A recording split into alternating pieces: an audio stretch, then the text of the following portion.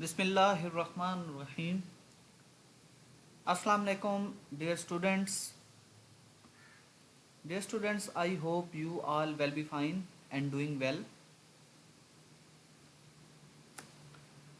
So today we are going to discuss about some health problems in school going children's. आज का जो हमारा topic है वो कम्युनिटी मेडिसिन का आज का जो हमारा लेक्चर है वो community medicine and public health का 13 लेक्चर है। आज के लेक्चर में हमने वल्नरेबल ग्रुप्स डिस्कस करने हैं। लास्ट लेक्चर में वल्नरेबल ग्रुप्स में हमने प्रेग्नेंट फीमेल्स जो थी उनको डिस्कस किया था। आज के लेक्चर में वल्नरेबल ग्रुप में स्कूल गोइंग चिल्ड्रंस जो हैं उनको हम डिस्कस करेंगे कि स्कूल गोइंग चिल्ड्रन जो हैं उनमें कौन कौन सी कॉमन डिजीज़ हैं स्कूल जाने की वजह से या कुछ ऐसे फैक्टर्स की वजह से जो स्कूल जाने वाले बच्चों को ज़्यादा अफेक्ट करते हैं। तो उनको आज के लेक्चर में डिस्कस करते हैं। बेसिकली स्कूल गोइंग चिल्ड्रन जो हैं एक तो उनकी एज कम होती है और कम एज में उनकी जो इम्यूनिटी है वो भी कंप्रोमाइज्ड होती है। तो उनको जो है वो डिफरेंट डिजीज़ जो हैं उनमें डेवलप होती हैं। डिफरेंट इन्फेक्शन जो हैं डिफरेंट माइक्रोब्स उनको टारगेट करते हैं और डिफरेंट इन्फेक्शन जो हैं वो काज करते हैं। देन डिफरेंट इन्वायरमेंटल डिजीज़ हैं। देन कुछ कम्युनिकेबल डिजीज़ हैं जो एक बच्चे से दूसरे बच्चे में ट्रांसफ़र होती हैं या एक इन्फेक्टेड बच्चा जो स्कूल में आता है वो दूसरे हेल्दी चाइल्ड को जो है वो इन्फेक्ट करता है। तो बेसिकली आज का जो हमारा लेक्चर है वो इसी टॉपिक पे है कि health problems in school going children. तो आज का लेक्चर स्टार्ट करते हैं। Health problems in school going children. Globally, school age children suffer from various communicable and non communicable disease. तो ग्लोबली अगर वर्ल्ड वाइड देखा जाए तो स्कूल एज के जो चिल्ड्रन हैं वो सफ़र करते हैं from various communicable and non communicable disease. तो उनमें डिफरेंट कम्युनिकेबल डिजीज़ डेवलप होती हैं एंड नॉन कम्युनिकेबल डिजीज़ जो हैं वो डेवलप होती हैं। कम्युनिकेबल डिजीज़ ऐसी डिजीज़ जो एक इन्फेक्टेड चाइल्ड से हेल्दी चाइल्ड में ट्रांसफ़र हो या ट्रांसमिट हो, ऐसी डिजीज़ को हम कम्युनिकेबल डिजीज़ कहेंगे।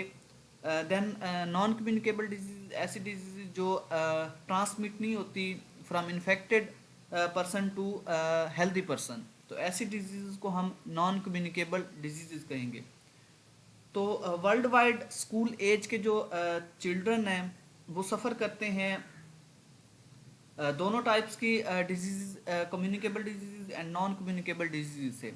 Then communicable and non communicable disease can be prevented. इन डिजीज़ को प्रिवेंट किया जा सकता है, कम्युनिकेबल डिजीज़ हो या नॉन कम्युनिकेबल डिजीज़ हो। स्कूल्स में डिफरेंट जो है वो प्रिवेंटिव मेजर्स फॉलो करने से इन डिजीज़ से जो है वो बच्चों को बचाया जा सकता है। The communicable disease such as poor dental hygiene, cavities and caries, skin disease and worm infestations are mainly due to poor personal hygiene. तो इनमें कुछ डिजीज़ ऐसी हैं लाइक डेंटल हाइजीन है। अगर डेंटल जो है हाइजीन का ख्याल नहीं रखा जाता तो उससे जो है वो कैविटीज़ और कैरीज जो हैं वो फेस की जा सकती हैं बच्चों में। Then skin disease, different skin disease हैं जिनमें डिफरेंट एलर्जीज़ हैं। तो ये कम्युनिकेबल डिजीज़ हैं और इनको जो है वो पर्सनल हाइजीन अगर ठीक नहीं है बच्चे का तो उससे जो है ये डेवलप हो सकती है। देन वर्म इन्फेस्टेशन भी जो है वो कम्युनिकेबल डिजीज़ जो है उनमें आती है। और इसमें भी अगर बच्चा जो है वो पुअर पर्सनल हाइजीन उसका है तो उसमें जो है वो वर्म की इन्फेस्टेशन होती हैं और देन पैरासाइटिक इन्फेक्शन जो है वो डेवलप करती हैं। Then among the communicable diseases, respiratory infections and diarrheal diseases are the deadliest killer of the young children. इसी तरह से वर्ल्ड वाइड जो है कम्युनिकेबल डिजीज़ में respiratory infection and diarrhoeal disease, तो ये दो ऐसी डिजीज़ हैं जो मोस्टली जो है वो जिनसे जो है वो बच्चों की डेथ होती है, स्कूल गोइंग चिल्ड्रंस की जो है वो डेथ होती है। Under non communicable disease among the school age children, double burden of malnutrition. तो नॉन कम्युनिकेबल डिजीज में कुछ बच्चों में जो हैं वो ऐसी डिजीज हैं जिनमें double burden of mall nutrition होता है। बच्चों में जो है वो माल न्यूट्रिशन की वजह से ओबेसिटी जो है वो हो सकती है, एंड अंडरवेट, या वो बच्चा जो है वो अंडरवेट हो सकता है, is becoming an alarming health concern across the globe. और वर्ल्ड वाइड जो है ये भी एक अलार्मिंग हेल्थ कंसर्न है, जिसमें जो है वो माल न्यूट्रिशन की वजह से बच्चे जो हैं वो ओबेसिटी का शिकार होते हैं या अंडरवेट जो है हो जाते हैं। Then common health problems for school age children over 5। तो फर्दर हम कुछ हेल्थ प्रॉब्लम्स जो हैं वो डिस्कस करेंगे ऐसे बच्चों में जिनकी जो एज है वो 5 ईयर से जो 5 ईयर से ज़्यादा है और वो स्कूल गोइंग है। तो इन डिजीज़ में colds, coughs and ear infection, then diarrhoea and vomiting, allergies, infection and parasites. तो ये डिजीज़ हैं जो कॉमन हेल्थ प्रॉब्लम्स हैं for school age children over 5 year. तो फर्दर वन बाय वन इनको डिस्कस करते हैं। Colds, cough and ear infection. Colds are common illness for children. A children can catch 8 or more colds per year. तो colds जो है ये basically environment की वजह से भी जो है वो डिवेल्प हो सकता है। इसमें डिफरेंट फैक्टर्स हैं। तो ये कॉमन इलनेस है स्कूल गोइंग चिल्ड्रन में। और एक बच्चा 1 साल में जो है वो उसे जो है वो 8 टाइम जो है कोल्ड फेस कर सकता है per year. As children build their immune system, they are better able to fight off the viruses that cause colds. Most colds get better in 5 to 7 days. अब जैसे जैसे जो बच्चा है वो बड़ा होता जाएगा तो उस पे उसका जो इम्यून सिस्टम है वो डेवलप होगा। देन उसका इम्यून सिस्टम जो है उसे डिफरेंट वायरसेस जो कोल्ड काज करते हैं उनसे जो है वो बचाएगा। Most colds get better in 5 to 7 days। Mostly जो है ये कोल्ड जो हैं ये 5 to 7 days के अंदर ठीक हो जाते हैं। Then coughing help clear the body's airways. इसी तरह से कोल्ड्स के साथ जो है वो बच्चे जो हैं वो कफिंग भी करते हैं, जो कि हेल्प करती है to clear the body airways. उनकी जो एयरवेज है उसको क्लियर करने के लिए children often cough when they have a cold to clear their chest और थ्रॉट। इसी तरह से बच्चों में ऐसे बच्चे जिनमें जो है कोल्ड्स हो तो वो कफ करते हैं ताकि अपनी जो चेस्ट है या थ्रॉट है उसको क्लियर कर सकें। Then a cough with other symptoms, a high temperature or breathlessness can be a symptom of chest infection or asthma. तो कफ जो है बच्चों में जिसमें different symptoms like high temperature होता है या ब्रेथलेसनेस है, तो उसमें जो है वो सिम्टम हो सकती है कि उसमें चेस्ट इन्फेक्शन है या अस्थमा है। तो फर्दर क्लिनिकली जो है उसको डायग्नोज करना चाहिए। उसको जो है वो देखना चाहिए कि जो स्कूल गोइंग चिल्ड्रंस में कफ है ये किसकी वजह से है, ये कोल्ड की वजह से है या किसी चेस्ट इन्फेक्शन या अस्थमा जो है उसकी वजह से है। Most ear infections are caused by viruses and often follow a cold. Mostly जो है वो एयर इन्फेक्शन वायरसेस की वजह से जो है वो डेवलप होते हैं। डिफरेंट वायरसेस हैं जो एयर इन्फेक्शन जो है वो काज करते हैं इन स्कूल गोइंग चिल्ड्रंस। और देन इन इन्फेक्शंस के बाद जो है वो कोल्ड जो है वो हो सकता है। Air infections can cause air एक एंड हाई टेम्परेचर। तो एयर इन्फेक्शंस की वजह से जो है वो एयर में पेन हो सकता है एंड हाई टेम्परेचर। और बच्चा जो है वो हाई टेम्परेचर उसमें जो है वो डेवलप हो सकता है, उसको जो है वो फीवर हो सकता है due to ear infections. Then diarrhoea and vomiting. Diarrhea is not usually a cause for concern. Then during diarrhea, give your children plenty of water to place the fluid that is being lost, but only give them food if they want it. तो mostly जो है diarrhoea school going children जो है वो diarrhoea face करते हैं, उनमें diarrhoea जो है वो देखा गया है। और इनमें जो है डिफरेंट जो है वो फैक्टर्स हैं, लाइक इसमें सैनिटेशंस की वजह से जो है वो पानी की वजह से भी जो है वो डायरिया हो सकता है। तो इसमें अगर कोई बच्चा डेवलप करता है डायरिया तो उसे प्लेंटी ऑफ वाटर जो है वो देना चाहिए, ताकि उसका जो फ्लूइड लॉस है उसे जो है वो रिप्लेस किया जा सके। Don't not give them fruit juice, उन्हें जो है वो फ्रूट जूस नहीं देना चाहिए। कॉर्डियल और सॉफ्ट ड्रिंक्स, और इसी तरह से कॉर्डियल सॉफ्ट ड्रिंक्स जो हैं वो भी नहीं देना चाहिए, बल्कि कॉमन जो वाटर है वो उनको दिया जाए।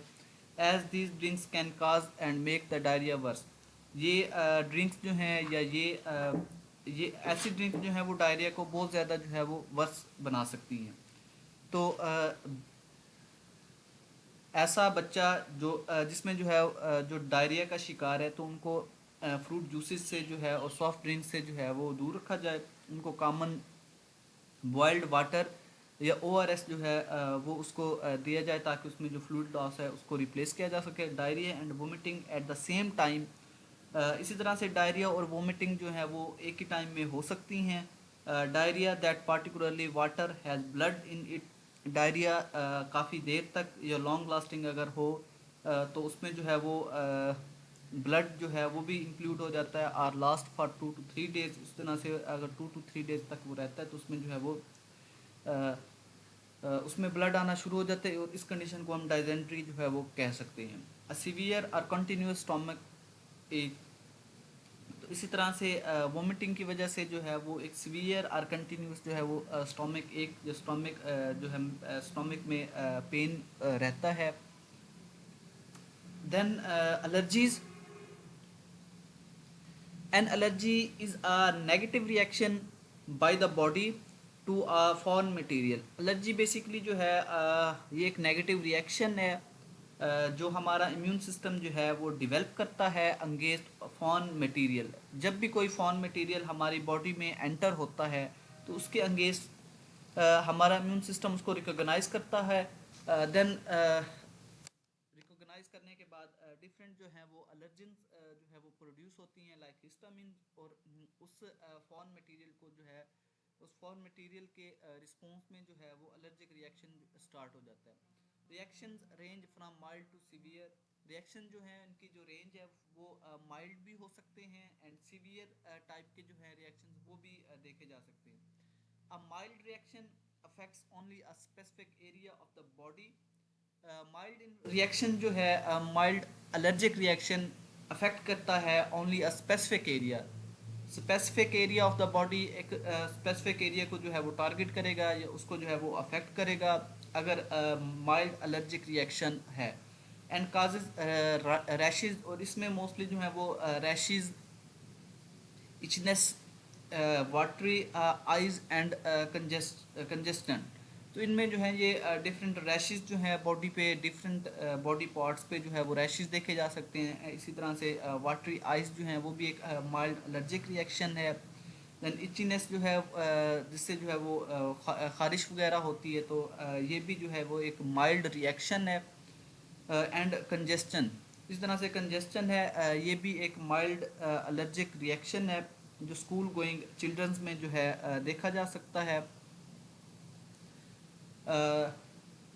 Then a severe reaction is a rare and life threatening, इसी तरह से अगर एक सीवियर एलर्जिक रिएक्शन जो है किसी बच्चे में स्टार्ट होता है जो कि बहुत रेयर है एंड लाइफ थ्रेटनिंग, अगर ये हो जाए तो ये काफ़ी लाइफ थ्रेटनिंग रिएक्शंस है कॉल्ड एनाफाइलैक्सिस, और इस रिएक्शन को हम एनाफाइलैक्सिस कहते हैं। And requires immediate medical attention, और इसमें जो है इमीडिएट मेडिकल अटेंशन रिक्वायर्ड होती है। जो पेशेंट है जिसमें एक सीवियर एलर्जिक रिएक्शन हुआ है तो उसको जो है वो मेडिकल ट्रीटमेंट दी जाए या उसे जो है वो एडमिट किया जाए, फर्दर हॉस्पिटल जो है उसको लेकर जाया जाए ताकि उसको फर्दर जो ट्रीटमेंट है वो की जा सके।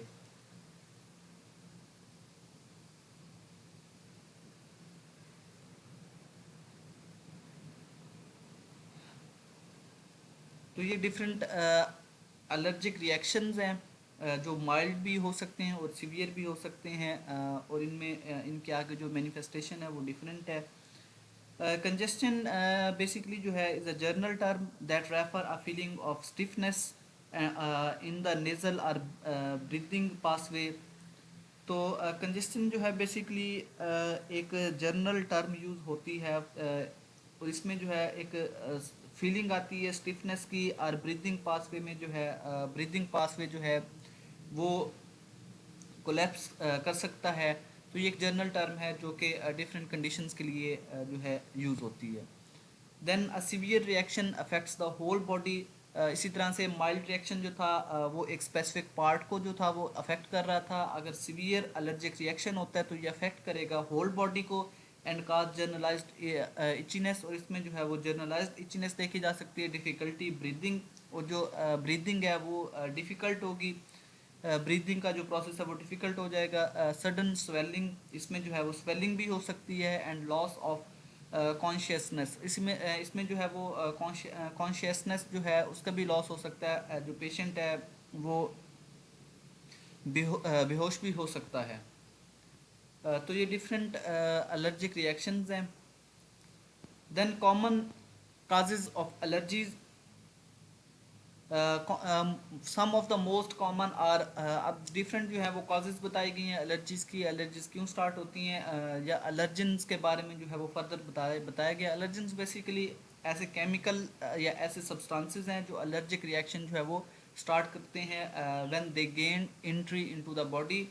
जब हमारी बॉडी में एंटर हो जाते हैं तो उससे जो है वो एलर्जिक रिएक्शन स्टार्ट होता है। तो उनमें सम पोलन, एलर्जन जो है वो पोलन हो सकता है, mould, then dust mites, certain food से भी जो है वो एलर्जिक रिएक्शन स्टार्ट हो सकता है, such as nuts and shellfish. Then clothing से भी डिफरेंट टाइप्स के डिफरेंट टाइप्स के जो हैं वो क्लॉथ्स हैं जो एलर्जिक रिएक्शन जो है वो स्टार्ट करते हैं। देन मेडिसिन, डिफरेंट मेडिसिन हैं जिससे जो है वो एलर्जिक रिएक्शन जो है वो स्टार्ट हो सकता है। इसी तरह से लेटेक्स से भी जो है वो एलर्जिक रिएक्शन स्टार्ट हो सकता है।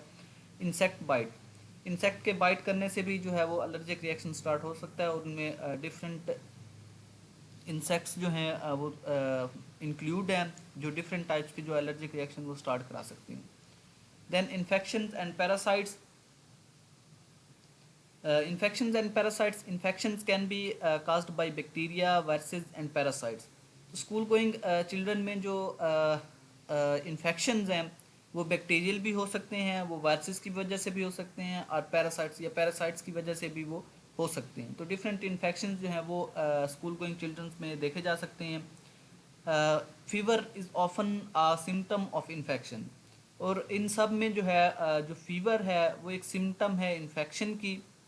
तो जब भी किसी बच्चे को इन्फेक्शन होगा, वो बैक्टीरियल इन्फेक्शन हो, वायरल इन्फेक्शन हो या पैरासाइटिक इन्फेक्शन हो, तो उसमें जो है सिम्टम में जो मेनली सिम्टम है उसको फीवर होगा। Infections that affect children are, इसी तरह से इन्फेक्शंस जो कि बच्चों को इन्फेक्ट करते हैं या आगे फर्दर इन्फेक्शंस जो जो बच्चों में हो सकते हैं, उनमें ब्रोंकाइटिस है। Bronchitis basically inflammation of bronchioles है। हमारे रिस्पायरेटरी सिस्टम में जो ब्रोंक्यूल्स पाई जाती हैं, तो उनकी अगर इन्फ्लेमेशन हो जाए तो उसको हम ब्रोंकाइटिस कहेंगे। देन हेड लाइस, इसी तरह से हेड लाइस जो है वो एक पैरासिटिक इन्फेक्शन में आता है। बेसिकली लाइस जो हैं वो एक्टोपैरासाइट हैं। पैरासाइट्स की फर्दर जो हैं वो दो टाइप्स हैं, एक first one is endoparasite and second one is ectoparasite. Endoparasite basically body के अंदर पाए जाते हैं, एक्टोपैरासाइट जो है वो बॉडी की सरफेस पे पाए जाते हैं, और बॉडी की सरफेस पे जो है वो डिफरेंट जो है वो प्रोडक्ट सक करते हैं। तो हेड लाइस जो है ये भी एक पैरासाइट है, और ये एक एक्टोपैरासाइट है। देन मीज़ल्स जो है वो एक वायरल इन्फेक्शन है। जो कि बच्चों को जो है वो मोस्टली इन्फेक्ट करता है। इसी तरह से meningitis inflammation of meninges. Meninges जो है वो हमारी ब्रेन की जो है वो ब्रेन की मेम्ब्रेन्स हैं, जिनमें हमारा जो ब्रेन है वो पड़ा हुआ होता है, तो उसकी जो इन्फ्लेमेशन है उसको हम मेनिंजाइटिस कहेंगे। मेनिंजाइटिस जो है वो डिफरेंट बैक्टीरिया जो है वो मेनिंजाइटिस काज कर सकते हैं। इसी तरह से डिफरेंट वायरसेस हैं जो मेनिंजाइटिस जो है वो काज करते हैं। Then scarlet fever. Scarlet fever scarlet fever भी स्कूल गोइंग चिल्ड्रन में एक कॉमन जो है वो इन्फेक्शन है। Urinary tract infection, UTI, urinary tract infection जो है वो बच्चों में, स्कूल गोइंग बच्चों में बहुत कॉमन है। Urinary tract infection basically bacterial infection है, जिसमें डिफरेंट बैक्टीरिया ग्राम मोस्टली ग्राम नेगेटिव रॉड्स जो हैं वो यूरिनरी ट्रैक इन्फेक्शन काज करते हैं। और यूरिनरी ट्रैक इन्फेक्शन में हमारा यूरिनरी ट्रैक जो है वो इन्फेक्ट होता है, जिसमें जिसमें जो है ब्लैडर इन्फेक्ट हो सकता है। इसी तरह से यूरिटर जो है वहाँ तक जा सकता है ये इन्फेक्शन। और इवन जो है वो हमारे किडनीज को जो है वो इन्फेक्ट कर सकता है। तो बेसिकली यूरिनरी ट्रैक इन्फेक्शन जो है उसमें बैक्टीरिया, यूरिनरी ट्रैक के बैक्टीरिया जो हैं वो इन्फेक्शन काज करते हैं। और इसकी फर्दर जो है वो डिफरेंट सिम्टम्स हैं, लाइक जो यूरिन का सैंपल होगा वो बहुत क्लाउडी होगा, टर्बिड होगा, और उसकी जो होगी वो बहुत फाउल स्मेलिंग, उसकी जो स्मेल होगी बहुत ज़्यादा वो गंदी जो होगी स्मेल होगी। Then whooping cough. Whooping cough भी जो है वो एक टाइप का इन्फेक्शन है। देन वर्म्स, डिफरेंट वर्म्स हैं जो स्कूल गोइंग चिल्ड्रंस को जो हैं वो इन्फेक्ट करते हैं। और इनमें जो है वो डिफरेंट इनकी वर्म्स की जो है वो ये पैरासाइटिक इन्फेक्शन की डिफरेंट काजेज़ हैं, जिसकी वजह से ये स्कूल गोइंग चिल्ड्रन पे जो है वो डिवेल्प होती हैं। Then immunisation. फर्दर हम डिस्कस करेंगे कि स्कूल गोइंग चिल्ड्रन में जो है इन इन्फेक्शन से या इन डिजीज़ से जो है उनको किस तरह से हम बचा सकते हैं, या उनको किस तरह से हम प्रोटेक्ट कर सकते हैं। तो उनमें इम्यूनाइजेशन सबसे अच्छा जो वे है वो इम्यूनाइजेशन का है। इम्यूनाइजेशन बेसिकली जो है उसमें different vaccines different infectious disease के अगेंस्ट जो है वो बच्चों को दी जाती हैं, ताकि इन फ्यूचर बच्चों को जो है वो प्रोटेक्ट किया जा सके। Immunisation can protect children against many potentially severe infectious disease. तो इम्यूनाइजेशन जो है वो प्रोटेक्ट करता है चिल्ड्रन को against many potentially severe infection infectious disease से जो है वो बच्चों को प्रोटेक्ट करता है। Vaccine are one of the most effective and safest preventive care measure available. इसी तरह से वैक्सीन्स हैं इम्यूनाइजेशन में, बेसिकली हम वैक्सीन्स जो हैं वो यूज़ करते हैं। तो डिफरेंट डिजीज़ के अगेंस्ट डिफरेंट वैक्सीन्स जो हैं वो अवेलेबल हैं, जो हम बच्चों को जो है अर्ली एज में हम उनको प्रोवाइड करते हैं, उनकी वैक्सीनेशन करते हैं, ताकि इन फ्यूचर जो है डिफरेंट सीवियर इन्फेक्शियस डिजीज़ से जो है उनको प्रोटेक्ट किया जा सके। और वैक्सीन्स का जो है ये एक सेफेस्ट प्रिवेंटिव केयर मेजर है हमारे पास अवेलेबल है। तो इससे जो है हम स्कूल गोइंग चिल्ड्रंस को जो है वो हम प्रिवेंट कर सकते हैं from different infectious disease. Then school health promotion. For decades schools have been a setting with great potential to affect the children's overall health। तो स्कूल जो है वो बेसिकली एक ऐसी जगह है जो बच्चों की जो है ओवरऑल हेल्थ को जो है वो अफेक्ट करती है, and can provide a safe environment where children can attain their optimum potential. इसी तरह से अगर स्कूल में जो है वो हेल्थ को प्रमोट किया जाए तो एक सेफ इन्वायरमेंट जो है वो बच्चों को प्रोवाइड किया जा सकता है, जहाँ पर बच्चे जो है वो अपना ऑप्टिमम पोटेंशियल जो है वो अटेन कर सकते हैं, और फर्दर जो है वो डिजीज़ से भी उनको हम बचा सकते हैं, और फर्दर जो है वो अपना पोटेंशियल देकर एक अच्छा जो है वो स्टूडेंट बन सकता है। The World Health Organization WHO has long been advocating for school health promotion। तो WHO ने एक प्रोजेक्ट कह लें या एक जो है वो प्रोजेक्ट जो है वो स्टार्ट करा है, जैसे हम स्कूल हेल्थ प्रमोशन कहते हैं। तो इसमें जो है WHO वर्ल्ड हेल्थ ऑर्गेनाइजेशन जो है वो एडवोकेट कर रही है for school health promotion. Schools में जो है वो हेल्थ की प्रमोशन के लिए या हेल्थ स्कूल में जो है वो हेल्थ को प्रमोट करने के लिए लोगों को जो है वो एडवोकेट कर रही है WHO। और इसके जो है डिफरेंट इसमें जो है वो डिफरेंट इनकी प्रोग्राम्स हैं जिनकी जो है वो WHO फंडिंग भी करता है और फर्दर इन पे जो है वो इम्प्लीमेंटेशन भी जो है वो कराता है। और डिफरेंट SOPs जो है वो स्कूल्स को दी जाती हैं और डिफरेंट इनमें प्रोजेक्ट्स हैं जिनमें जो वाटर है उसकी जो क्वालिटी है उसको मेंटेन किया जाता है। इसी तरह से स्कूल्स की जो कैफेटेरिया हैं वहाँ पर जो फूड है जो बच्चों को दी जाती है तो उनकी भी जो है कंडीशन वो मेंटेन करने के लिए WHO जो है वो डिफरेंट स्कूल्स को एडवोकेट कर रही है। WHO has defined the concept of health promoting schools as तो WHO ने जो डेफिनेशन दी हेल्थ प्रमोटिंग स्कूल्स की तो उनमें constantly strengthens its capacity as a healthy setting for living, learning and working। तो इसमें हेल्थ प्रमोटिंग स्कूल्स की जो डेफिनेशन है या स्कूल जो है वो हेल्थ प्रमोटिंग स्कूल कोई स्कूल जो है या कोई इदारा जो है वो हेल्थ प्रमोटिंग स्कूल हो सकता है अगर वो कॉन्स्टेंटली जो है वो स्ट्रेंथन करे इट्स कैपेसिटी अपनी कैपेसिटी को एज अ हेल्दी सेटिंग उसकी जो सेटिंग है या उसका जो एरिया है या उसका इन्वायरमेंट है वो हेल्दी होना चाहिए फॉर लिविंग वहाँ पर रहने के लिए लर्निंग वहाँ पर जो बच्चे जो हैं वो लर्निंग उनकी जो लर्निंग है वो ठीक होनी चाहिए एंड वर्किंग और वहाँ पे जो वर्किंग है वो सेफ़ होनी चाहिए। तो वर्किंग लर्निंग एंड लिविंग के लिए वो जो जगह है वो जो स्कूल है वो हेल्दी सेटिंग होनी चाहिए। देन ऐसे स्कूल को हम हेल्थ प्रमोटिंग स्कूल कह सकते हैं।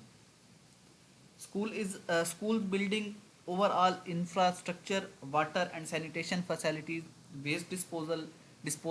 इसी तरह से जो है स्कूल की जो बिल्डिंग है उसका ओवरऑल इंफ्रास्ट्रक्चर है वो इस तरह से डेवलप किया जाए जिनमें जो है वो वाटर एंड सैनिटेशन फैसिलिटीज़ जो हैं वो बच्चों को प्रोवाइड की जाएं। और वाटर और सैनिटेशन जो है ये बेसिक फैक्टर्स हैं या पैरामीटर्स हैं जो फर्दर जो है वो डिजीज़ काज करते हैं। अगर वाटर ठीक नहीं है या सैनिटेशन का सिस्टम जो है वो ठीक नहीं है तो वाटर बॉर्न डिजीज़ जो है वो बच्चों में डेवलप हो सकती हैं। इसी तरह से सैनिटेशन का अगर ख्याल न रखा जाए तो डिफरेंट जो है वो कम्युनिकेबल डिजीज़ जो हैं वो बच्चों में डेवलप हो सकती हैं। इसलिए स्कूल्स में वाटर एंड सैनिटेशन फैसिलिटीज़ जो है इनका बहुत ख्याल रखना चाहिए। वेस्ट डिस्पोजल इसी तरह से वेस्ट जो है स्कूल का वो डिस्पोजल उसका जो है वो ठीक से करना चाहिए। Etcetera must be adequately in place to provide safe environment to the student ताकि जो बच्चे हैं उनको जो है वो एक सेफ इन्वायरमेंट जो है वो प्रोवाइड किया जाए। और फर्दर जो है उनको जो है उनकी जो हेल्थ है उसको प्रमोट किया जाए। तो ये आज का लेक्चर था। आई होप आप लोगों को समझ आ जाएगा। अगर फर्दर आप लोगों की कोई क्यूरी है तो आप ग्रुप में डिस्कस कर सकते हैं। तो आज का जो हमारा लेक्चर था बेसिकली वल्नरेबल ग्रुप में स्कूल गोइंग चिल्ड्रंस पे था जिनमें डिफरेंट जो है वो चिल्ड्रंस में डिफरेंट डिजीज़ जो हैं वो डेवलप होती हैं। वो स्कूल की वजह से जो है वो हो सकती हैं। स्कूल में इन्फेक्टेड चिल्ड्रंस की वजह से हो सकती हैं। तो उनमें हमने डिफरेंट कम्युनिकेबल और नॉन कम्युनिकेबल डिजीज़ को डिस्कस किया। दैन कुछ डिजीज़ थी जो कॉमन बहुत कॉमन है in school going childrens over 5 year old. तो ऐसे बच्चे जो 5 ईयर से ज़्यादा जिनकी एज थी तो उनमें जो मोस्ट कॉमन डिजीज़ जो डेवलप होती हैं उनको हमने वन बाय वन डिस्कस किया। तो उनमें डिफरेंट टाइप्स की एलर्जीज थी। एलर्जिक रिएक्शन वो माइल्ड भी हो सकता है वो सीवियर भी हो सकता है। इसी तरह से कॉमन कोल्ड्स एंड कफ तो बच्चों में जो है वो कोल्ड्स या कफ भी जो है वो हो सकती है। इस तरह से एयर इन्फेक्शंस थे। एयर इन्फेक्शन हमने डिस्कस किए डिफरेंट स्कूल गोइंग चिल्ड्रन में एयर इन्फेक्शन जो हैं वो भी डेवलप हो सकती हैं। Then bacterial infection viral infection and parasitic infection different हमने बैक्टीरियल इन्फेक्शन डिस्कस किए वायरल इन्फेक्शन डिस्कस किए। इसी तरह से पैरासाइटिक इन्फेक्शन डिस्कस किए जो कि बेसिकली कम्युनिकेबल डिजीज़ में आती हैं।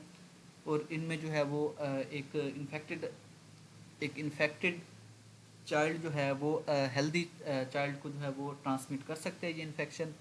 उनमें हमने डिफरेंट लाइक यूनिट्रैक इन्फेक्शन है, स्कारलेट फीवर है, मीजल्स है, वूपिंग कफ है, तो ये हमने डिस्कस की। देन कुछ प्रिवेंटिव मेजर्स देखी। देन डब्ल्यू का एक हेल्थ प्रोजेक्ट, एक स्कूल हेल्थ प्रमोटिंग प्रोजेक्ट था, वो हमने डिस्कस किया कि स्कूल्स में किस तरह से जो है हेल्थ को जो है वो प्रमोट किया जा सकता है। और स्कूल में जो है बच्चा मैक्सिमम टाइम स्कूल में ही जो है वो स्पेंड करता है, इसलिए जो है स्कूल में उसका एक्सपोजर बाकी लोगों से भी बहुत ज़्यादा होता है, बाकी बच्चों से बहुत ज़्यादा होती है, इसलिए स्कूल में वो वाटर भी जो है वो यूज़ करता है। इसी तरह से खाना भी जो है उसको प्रोवाइड किया जाता है, तो वाटर की जो कंडीशन है वो ठीक होनी चाहिए, फूड जो उसको दी जा रही है वो ठीक होनी चाहिए, और फर्दर जो है उसका जो इन्वायरमेंट है वो ठीक होना चाहिए, ताकि वो अच्छी तरह जो है वो लर्न करे, वहाँ पे रह सके, और फर्दर जो है अपना मैक्सिमम या ऑप्टिमम उसका जो पोटेंशियल है वो स्टडी को दे, और एक अच्छा जो है वो स्टूडेंट बन सके। तो ये आज का लेक्चर था। अल्लाह हाफिज़।